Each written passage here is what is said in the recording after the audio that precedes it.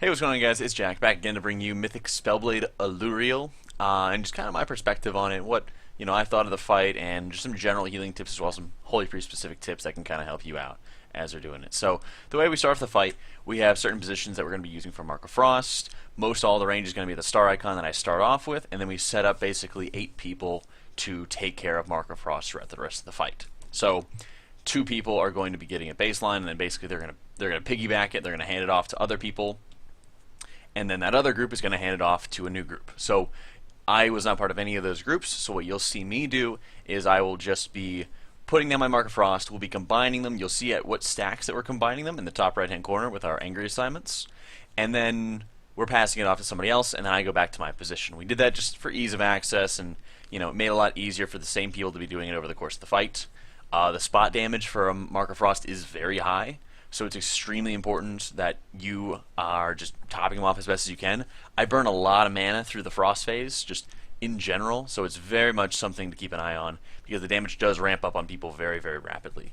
Early on in progression, we really didn't have the spot healing, so I was using Trail of Light, but as our group started getting better and better, I was able to switch to Enlightenment just for the longevity portion of the fight, and I didn't need as much spot healing. And I was able to focus a little bit more on tank healing, which is probably what you're going to see for many portions of this fight. So, in terms of mythic mechanics to kind of watch out for, she has like a fell soul that just does different things in every phase. So you probably saw the fell soul just kind of spinning around as the fight is starting, or she'll target somebody and she'll kind of fly a certain distance towards them. Maybe she'll reach them, maybe she won't, and then she'll fly backwards, and it'll knock people back and deal all kinds of damage. And then the fire phase, which we are just entering into now, she'll target somebody, she'll jump to them, and drop a big patch of green fell fire. So it's not a lot to worry about, especially as a healer, to worry about with the Fell Soul. It's just something that's a lot of area denial. It's something that's a lot of just void zones on the ground to watch out for.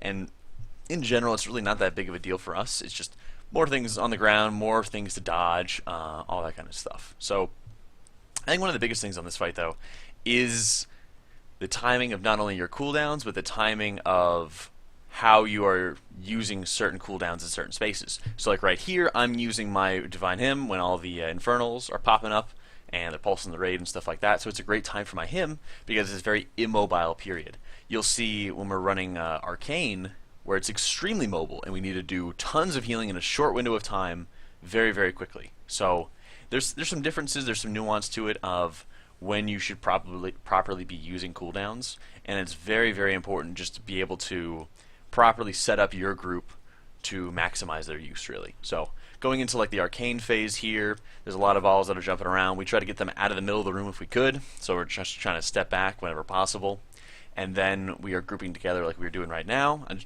if you see 2 of them that are kind of overlapping each other, you kind of don't want to run through both of them and take both of the damage at the same time. So I kind of just cut through one, and the damage really gets crazy here, and you really have to stay on your feet and stay with the group at the same time while casting. So in many cases, I kind of just found myself renew spamming and hoping that we'd all live. This is definitely where we were stacking lots of cooldowns at. We had our Trank, we had our Spirit Link Totem, all kinds of stuff, and staying stacked as long as we possibly could. And as much as it burned my mana down, using Prayer of Healing is super, super powerful in this phase.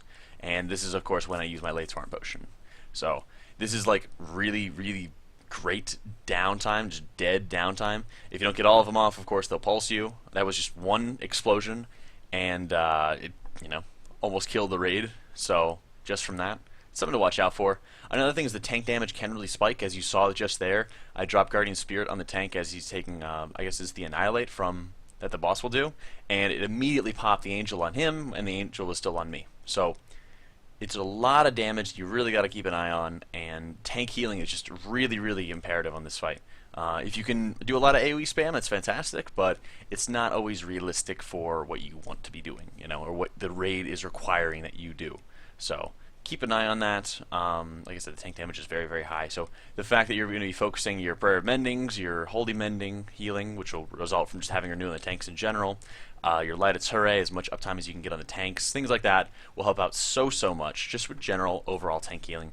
And it'll really provide a strong trickle of healing that'll be super, super powerful. So again, a lot of this fight will be spot healing, will be tank healing and stuff like that. So I kind of got into a position here where I'm burning as much mana as I can, just keep people alive, just keep people topped, and really not trying to be too aggressive with my healing at all if I can help it. Of course, mana is always going to be a scarcity on this fight especially, so choosing very wisely whenever I can of which targets do I want to be using Serenity on, is it a good time to use Serenity, you know, who is going to be needing the healing the most is something that you really got to watch out for. As we were doing progression, I wasn't really worrying about my mana too much. I was just saying, we need to go as hard as we can, get as far as we can, and I'll worry about it as we're getting close to the boss kill. But it's always something to kind of keep in mind, is as you're going on, and do you have kind of mana reset mechanics, mana cheesing mechanics, kind of like the Legendary Cloak. So what you'll see is as we are getting closer to the next Arcane phase, that's where I'm really taking the time to say, okay, I'm way too for this. I really, really, really need to pop into Angel form and really need to be able to utilize any kind of free mana casting and reset the cooldown of my potions, because the potion cooldown reset of the Legendary Cloak is just absurdly strong, and in general just the mana free casting and stuff like that. So I think I could have been a lot more aggressive with my use of Desperate Prayer, because the self-healing that you can do with it is just absolutely crazy. But again, I have the same timings for my hymns when it's all the fiery enchantments are popping up. We are usually trying to spread them out as much as we possibly can. So again, just trying to spread them out, getting my hymn off and stuff like that. And here's where I'm just saying I'm just too for this. You know, I called my healers. Well, hopefully that they're going to let me die, pop into Angel form, because I really need to be able to get the best setup possible for when we are going to start running. So the other scary part is that the arcane orbs are just kind of stacking on my location, so it's not only getting everybody topped off, using my mana as effectively as possible, but it's also preparing for when I pop out of this phase, what's going to happen to me. So I've used both my holy words, I don't have a lot of stuff at my disposal, and I need to run out as fast as I can. I pop my Desperate Prayer, and I immediately try to get back into position right as the slash goes out. So you gotta be very careful when you're using Angel form of the best time for it.